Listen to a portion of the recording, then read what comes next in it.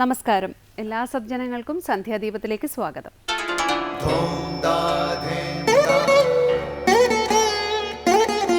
ശുഭം ഭവതു കല്യാണമായുസാരോഗ്യവർദ്ധനം സർവദുഃഖ വിനാശായ സന്ധ്യാദീപം നമോസ്തുതേ. നാമം ജപായനം പുണ്യം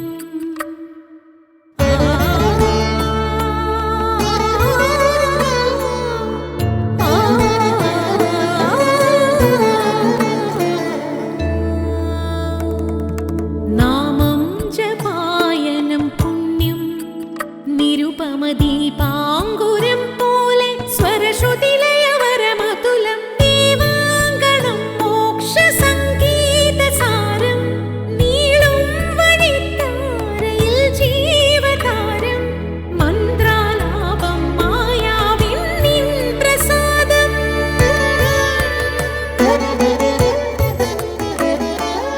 ഇരുൾ നീങ്ങിയുണരുന്ന തെളിനാളദീപം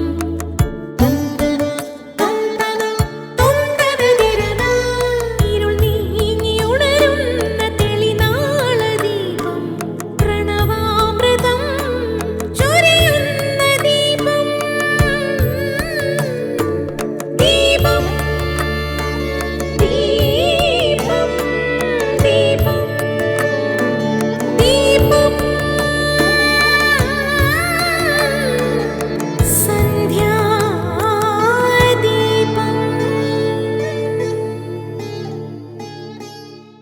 ധർമാദർത്ഥ പ്രഭവതേ ധർമാത് പ്രഭവതേ സുഖം ധർമ്മേണ ലഭതേ സർവം ധർമ്മസാരമിതം ജഗത്. ഈ ശ്ലോകം ധർമ്മത്തിൻ്റെ മഹത്വം പറയുന്ന നീതിസാരമാണ്. ധർമ്മത്തിലൂടെ അർത്ഥം ലഭിക്കുന്നു, ധർമ്മത്തിൽ കൂടി സുഖം ലഭിക്കുന്നു, ധർമ്മത്തിലൂടെ എല്ലാം നേടാവുന്നതാണ്. ഈ ലോകത്തിൽ സത്യമായിട്ടുള്ളത് ധർമ്മം മാത്രമാണ്. ധർമാചരണത്തിൽ കൂടി മറ്റ് 3 പുരുഷാർത്ഥങ്ങളായ അർത്ഥം അഥവാ സമ്പത്ത്, കാമം അഥവാ ആഗ്രഹപൂർത്തീകരണം, മോക്ഷം അഥവാ നിത്യാനന്ദം എന്നിവ ലഭിക്കുന്നു. ധർമാനുഷ്ഠാനത്തിലൂടെ സകലതും നേടാൻ ഒരു വിവേകിക്ക് കഴിയും. സ്വധർമ്മത്തെ അനുഷ്ഠിക്കലാണ് യഥാർത്ഥ പൂജ. ഈ ലോകത്തിൻ്റെ നിലനിൽപ്പ് തന്നെ ധർമ്മത്തിലാണ്. ധാരണം ചെയ്യുന്നതിനെയാണ് ധർമ്മം എന്ന് പറയുന്നത്. ഈ ലോകത്തെ നിലനിർത്തുന്നതെന്തോ അതാണ് ധർമ്മം. തുടർന്ന് ശ്രീ കാവാലം ശ്രീകുമാർ അന്നപൂർണ സ്തോത്രം ചൊല്ലുന്നത് കേൾക്കാം.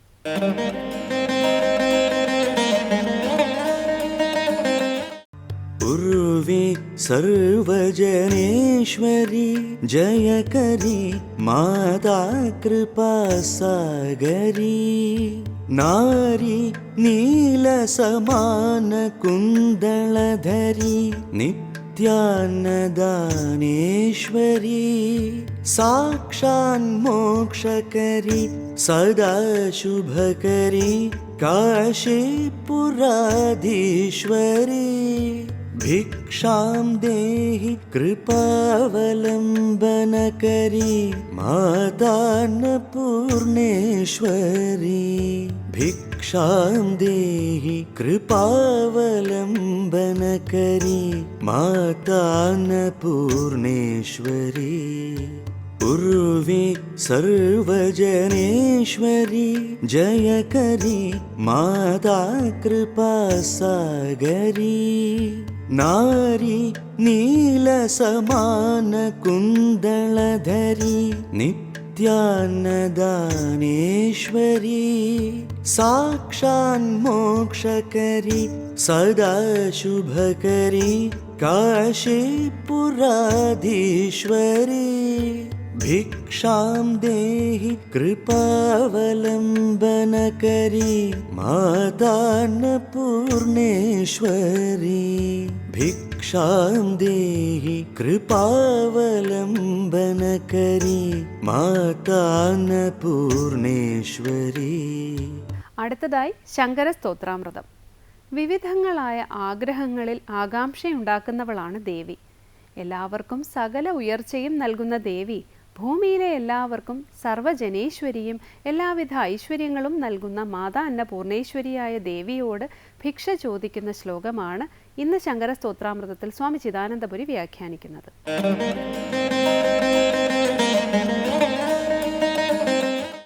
അന്നപൂർണ അഷ്ടകമെന്നും പേരുള്ള അന്നപൂർണ സ്തോത്രത്തിൽ 6-ാമത്തെ ശ്ലോകമാണ് നമ്മൾ ശ്രദ്ധിക്കുന്നത്. അന്നപൂർണയുടെ ഭഗവതിയുടെ അനേക പര്യായങ്ങളെ പറയുകയാണ്. കാശ്മീര, ത്രിപുരേശ്വരി, ത്രിനയനി, വിശ്വേശ്വരി, ശർവരി തുടങ്ങി. അനന്തരം കാമാകാംക്ഷകരി. കാമാകാംക്ഷകരി, കാമങ്ങളിൽ ആകാംക്ഷയെ ഉണ്ടാക്കിപ്പിക്കുന്നവൾ. അവിടെ കാമത്തിന് കാമ്യമെന്നർത്ഥമെടുക്കണം, കാമിക്കത്തക്കത്. അപ്പം വിവിധങ്ങളായ കാമ്യങ്ങളിൽ ആകാംക്ഷയെ ജനിപ്പിക്കുന്നവൾ. എനിക്കത് വേണം, എനിക്കിത് വേണം എന്നിങ്ങനെ പലതിൽ പ്രാപിക്കാനുള്ള ആഗ്രഹത്തെ ജനിപ്പിക്കുന്നവൾ. യാതൊരു ഭഗവതിയാൽ പ്രേരിതരായിട്ടാണോ സകല ജനങ്ങളും വിവിധങ്ങളായ കാമങ്ങളിൽ ആകാംക്ഷയോടുകൂടി പ്രവർത്തിക്കുന്നത്, ആ ഭഗവതിയാണ് കാമാകാംക്ഷകരി. കാമങ്ങളിൽ ആകാംക്ഷയെ ഉണ്ടാക്കുന്നവൾ. ഇവിടെ കാമങ്ങളിൽ ആകാംക്ഷയുണ്ടാക്കുക മാത്രമല്ല, പിന്നെയോ ജനോദയകരി, സകല ജനങ്ങളുടെയും ഉദയത്തെ ചെയ്യുന്നവൾ. ഉദയം ഉയർച്ചയാണ്. ധർമാർത്ഥ കാമമോക്ഷങ്ങളാകുന്ന പുരുഷാർത്ഥ ക്രമത്തിലൂടെ ആനയിച്ച്, അഥവാ വിജ്ഞാനരൂപിണിയായി സ്വയം നിലകൊള്ളുന്ന ദേവി അറിവിനെ പ്രദാനം ചെയ്യുന്നതിലൂടെ സകല ജനങ്ങളുടെയും ഉദയത്തെ ചെയ്യുന്നു, ഉദയത്തിന് കാരണഭൂതയാകുന്നു. ഉദയം ഉയർച്ചയാണ്, എല്ലാ മേഖലകളിലുമുള്ള ഉയർച്ച. ഓരോ വ്യക്തിയും ഏതേത് തുറകളിൽ പ്രവർത്തിക്കുന്നവരാണോ അതത് മേഖലയിലുള്ള ഉയർച്ച, ആ ഉയർച്ചയെ ചെയ്യുന്നവൾ. അപ്പം അനേക വിഷയങ്ങളിൽ ആഗ്രഹത്തെ ജനിപ്പിച്ച് കാമത്തിൽ ആകാംക്ഷയെ ജനിപ്പിക്കുന്നവളാണ്.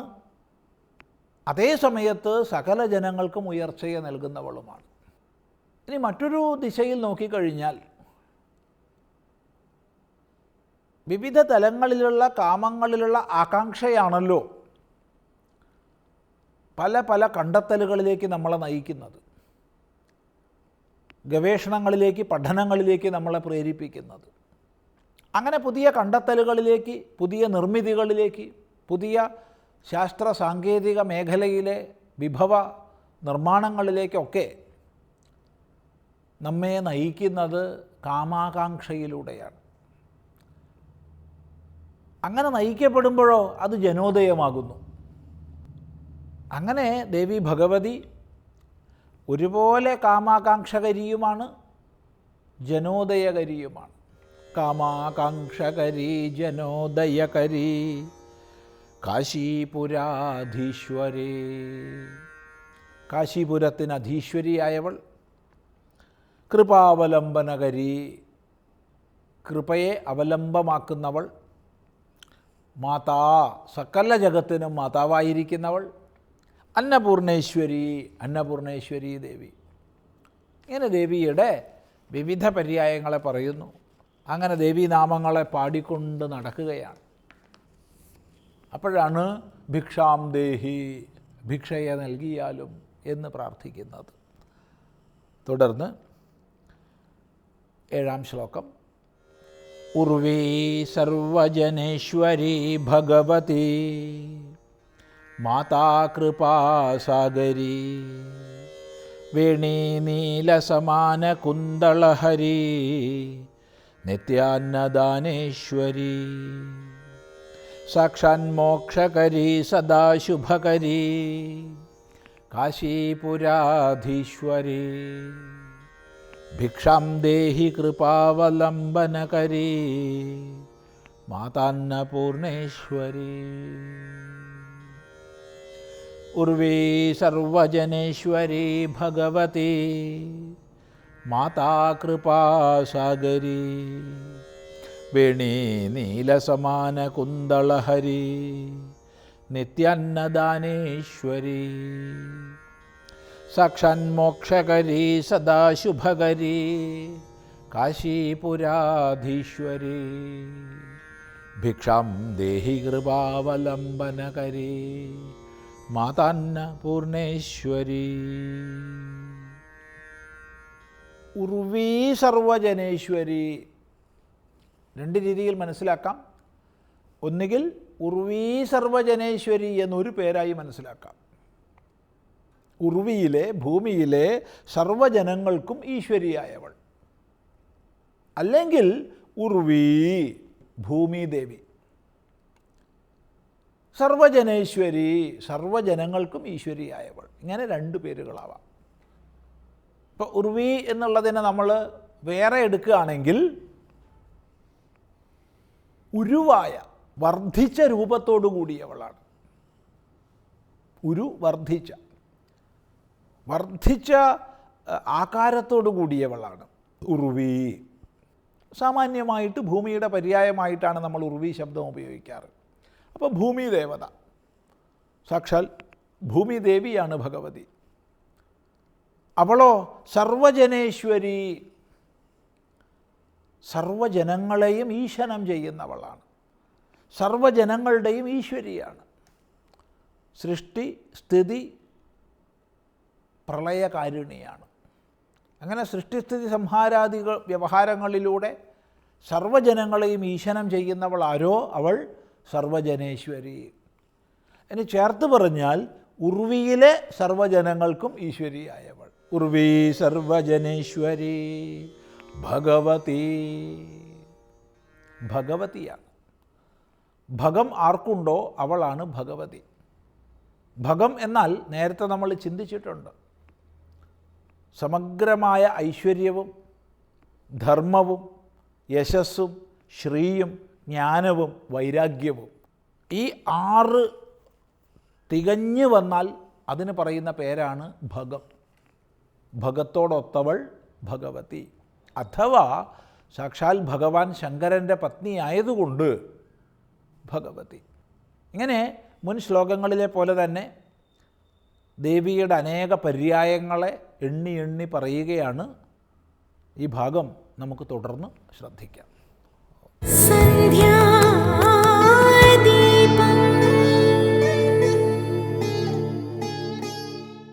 അടുത്തതായി സനാതനധർമ്മം.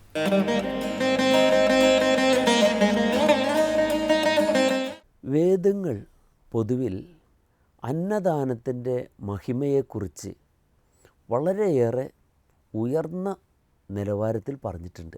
സ്മൃതികൾ എന്താണ് ഇതിനെക്കുറിച്ച് പറയുന്നത്? പൊതുവിൽ നമ്മുടെ സ്മൃതികളൊക്കെ നമ്മുടെ എല്ലാ നിയമസംഹിതകളും ധർമ്മനിയമസംഹിതകളും ദാനത്തിൻ്റെ മഹത്വത്തെക്കുറിച്ച് പറയുന്നതാണ്. നമ്മുടെ ഈശാവാസ്യ ഉപനിഷത്തിൽ തന്നെ പറയുന്നുണ്ട്, തേന ത്യക്തേന ഭുഞ്ചീതാഹ മാഗൃത കസ്യസി ധനം. ത്യജിച്ചതിന് ശേഷം മാത്രം ഭുജിക്കുക. അതായത് എല്ലായ്പ്പോഴും നമ്മൾക്ക് എന്തെല്ലാം കൊടുക്കാൻ കഴിയുമോ അതെല്ലാം കൊടുക്കുക, ശേഷിച്ചത് മാത്രം ഭുജിക്കുക. ശേഷിച്ചത് ഉച്ഛിഷ്ടം ഭുജിക്കുക. ഉച്ഛിഷ്ടം എന്ന് പറഞ്ഞാൽ നമ്മൾ പലപ്പോഴും വിചാരിക്കുക അത് എന്താണ്, ഭക്ഷിച്ചതിൻ്റെ ശേഷം ആണെന്നാണ്. എച്ചിലെന്ന് നമ്മൾ വിചാരിക്കാറുണ്ട്. പക്ഷേ എച്ചിലല്ല, ശിഷ്ടം ശേഷിച്ചത്, ഉത്ത് ശിഷ്ടം ഉയർന്ന വിധത്തിൽ ശേഷിച്ചത്. കൊടുക്കാവുന്നതെല്ലാം മറ്റുള്ളവർക്ക് കൊടുക്കേണ്ടതെല്ലാം കൊടുത്തു കഴിഞ്ഞ് അവസാനം നമുക്ക് മാത്രമായി ശേഷിച്ചതാണ് ഉത്കൃഷ്ടമായ ശേഷിപ്പ്. അങ്ങനെയുള്ള ശേഷിപ്പാണ് നമ്മൾ കഴിക്കേണ്ടത്. അപ്പോൾ ഒരിക്കലും ആത്മകാരണാത് തനിക്ക് മാത്രമായി ഒരിക്കലും പാകം ചെയ്യരുത് എന്നാണ് വേദം പറയുന്നത്. കേവലാഘോ ഭവതി കേവലാദി എന്നാണ്. പൂർണ്ണമായിട്ട് ഇങ്ങനെ പറയുന്നു, മോഘമന്നം വിന്ദതേ അപ്രചേതാഹ സത്യം ബ്രവീമി വധ ഇത്സ തസ്യ ന അര്യമണം പുഷ്യതി നോ സഖായം കേവലാഘോ ഭവതി കേവലാദി. മോഘം അന്നം വിന്ദതേ അപ്രചേതാഹ. അപ്രചേതാഹ എന്ന് പറഞ്ഞാൽ അറിയാത്തവൻ. വിശക്കുന്നവൻ്റെ വേദന അറിയാത്തവൻ വെറുതെയാണ് സമ്പത്ത് കൈവശം വച്ചിരിക്കുന്നത്. സത്യം ബ്രവീമി വധ ഇത്സ തസ്യ. ഞാൻ സത്യം പറയുന്നു, ആ സമ്പത്ത് അവൻ്റെ മരണമാണ്. വിശക്കുന്നവൻ്റെ, വേദന അറിയാത്തവൻ്റെ സമ്പത്ത് അവൻ്റെ മരണമാണ്. ന അര്യമണം പുഷ്യതി നോ സഹായം. അവൻ അര്യമാവിനെ, അര്യമാവ് സൂര്യൻ, എല്ലാ ഊർജവും നമുക്ക് തന്ന് നമുക്ക് അന്നം ഉത്പാദിപ്പിക്കുന്നതിന് സഹായകം ആയ നിലപാടെടുക്കുന്ന സൂര്യനെ നാം പ്രസാദിപ്പിക്കുന്നില്ല. അതായത് നമുക്ക് സമ്പത്ത് തരുന്നവനെ നാം അതിൽ പ്രസാദിപ്പിക്കുന്നില്ല. ന സഹായം, സഖാവിനെയും, സഖാവ് സമാനം ഖ്യായതേ, നമുക്ക് ഒപ്പമായി അറിയപ്പെടുന്നവരാണ് സഖാക്കൾ. ആ സഖാക്കളെയും അവൻ പോഷിപ്പിക്കുന്നില്ല, സന്തോഷിപ്പിക്കുന്നില്ല. കേവലാഘോ ഭവതി കേവലാദി. കേവലം പാപി മാത്രമാണ് കേവലമായി ഭക്ഷിക്കുന്നവൻ. അതായത് മറ്റാർക്കും നൽകാതെ ഭക്ഷിക്കുന്നവൻ പാപിയാണ് എന്നാണ്. അപ്പം അതിനനുസരിച്ചിട്ട് സ്മൃതികൾ പറയുന്നു, ഭക്ഷണം ആരെയെല്ലാം ഊട്ടണം ആദ്യമായിട്ട്? ബാലാൻ സ്വവാസിനീം വൃദ്ധാൻ ഗർഭിണ്യാതുരകന്യകാഹ സംഭോജ്യ അതിഥിഭൃത്യാംശ്ച ഗൃഹസ്ഥശിഷ്ടഭുക് ഭവേത്. ആദ്യം ബാലന്മാരെ, കുട്ടികളെ ഊട്ടണം. പിന്നെ സ്വവാസിനി. സ്വവാസിനി എന്ന് പറഞ്ഞാൽ വിവാഹം കഴിഞ്ഞതിന് ശേഷം അച്ഛൻ്റെ വീട്ടിലേക്ക് വന്നിട്ടുള്ള പെൺകുട്ടി. അവരെ ഭക്ഷണം കൊടുത്ത് അവരെ ഭർത്തൃഗൃഹത്തിലേക്ക് അയക്കണം. അങ്ങനെയുള്ളവരെ ആദ്യം ഊട്ടണം. പിന്നെ ഗർഭിണിമാർ, രോഗികൾ, കന്യകമാർ, ഇവരെയെല്ലാം ഊട്ടുക. അതിനുശേഷം സംഭോജ്യ അതിഥി ഭൃത്യാംശ്ച, അതിഥികളെയും ഭൃത്യന്മാരെയും ഊട്ടണം. അതിനുശേഷം ഗൃഹസ്ഥ ശിഷ്ടഭുക് ഭവേത്.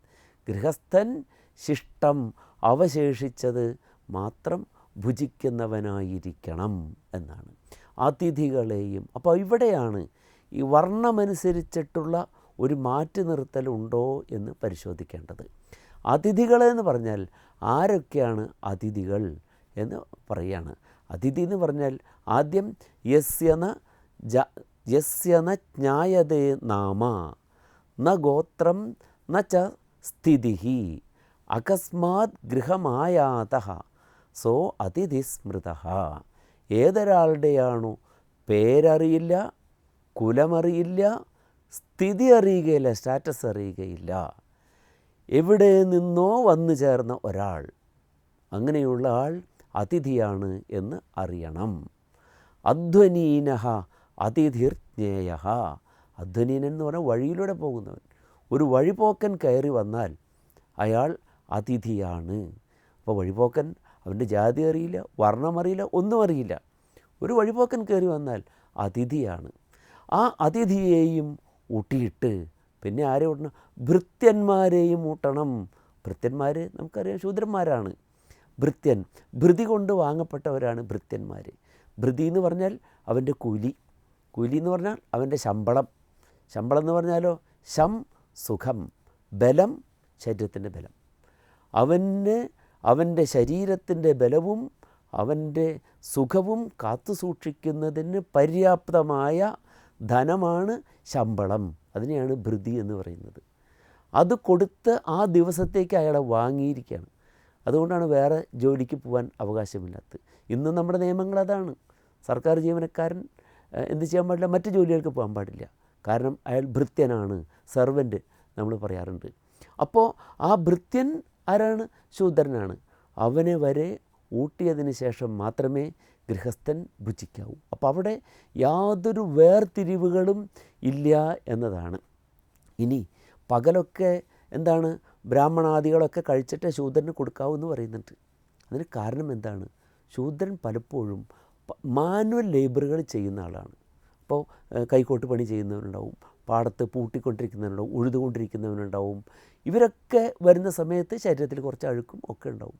എല്ലാവരും കൂട്ടത്തിലിരിക്കേണ്ട, ഒന്ന് മാറിയിരുന്ന് കഴിച്ചോളൂ എന്നാണ്. എന്നാൽ അത്താഴം കഴിക്കുന്ന സമയത്ത് എങ്ങനെയാണ്? അത്താഴം കഴിക്കുന്ന സമയത്ത് എല്ലാവരും പണികളൊക്കെ കഴിഞ്ഞ്, കുടിയൊക്കെ കഴിഞ്ഞ് എല്ലാവരും ശുദ്ധമായിട്ട് വരുന്നതാണ്. അവിടെ ഒരു വിധിയുണ്ട്. അത്താഴം കഴിക്കുന്ന സമയത്ത് എങ്ങനെയാണ് അത്? ഉപാസ്യ പശ്ചിമാം സന്ധ്യാം ഹുതാഗ്നിം സന്ധ്യാം ഉപാസ്യ ച ഭൃത്യൈ പരിവൃതോ ഭുക്ത്വാ നാതിതൃപ്തോ അധ സംവിശേത്. അത്താഴത്തിൻ്റെ സമയത്തെ ആദ്യം തന്നെ സന്ധ്യാസമയത്ത് പശ്ചിമദിക്കിനെ നമസ്കരിക്കുക. അതായത് സൂര്യൻ ആ ദിക്കിലേക്കാണല്ലോ പോകുന്നത്. അവിടെ ആ ദിക്കിനെ ഒന്ന് നമസ്കരിച്ചതിന് ശേഷം അഗ്നിയിൽ ഹോമം ചെയ്ത് വീണ്ടും ദിക്കുകളെ നമസ്കരിച്ചതിന് ശേഷം ഭൃത്യൈഹി പരിവൃത ഭുക്ത്വാ. ആ സമയത്ത് ഭൃത്യന്മാർ പണിയെല്ലാം കഴിഞ്ഞ് കുളിയെല്ലാം കഴിഞ്ഞ് എല്ലാവരും സ്വസ്ഥമായിട്ട് ശുചിയായിട്ടിരിക്കുകയാണ്. ഭൃത്യന്മാരാൽ പരിവൃതനായിരുന്നിട്ട് ഗൃഹസ്ഥനും ഭൃത്യന്മാരും എല്ലാവരും കൂടി ഇരുന്നിട്ട് ഭക്ഷണം കഴിക്കണം എന്നാണ് പറഞ്ഞിട്ടുള്ളത്.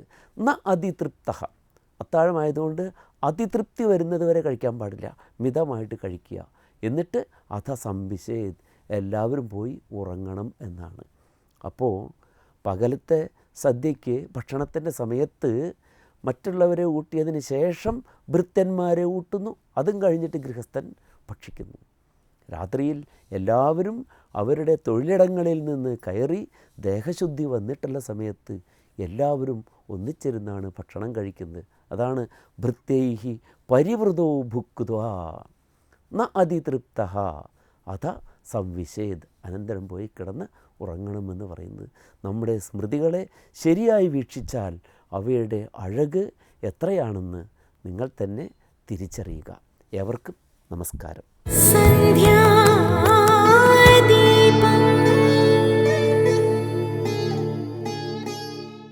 അടുത്തതായി ദീപാരാധനയാണ്. ക്ഷേത്ര സന്നിധിയിലെത്തി മംഗളാരതി തൊഴുത് ഇന്നത്തേക്ക് മടങ്ങാം. എല്ലാവർക്കും നമസ്കാരം.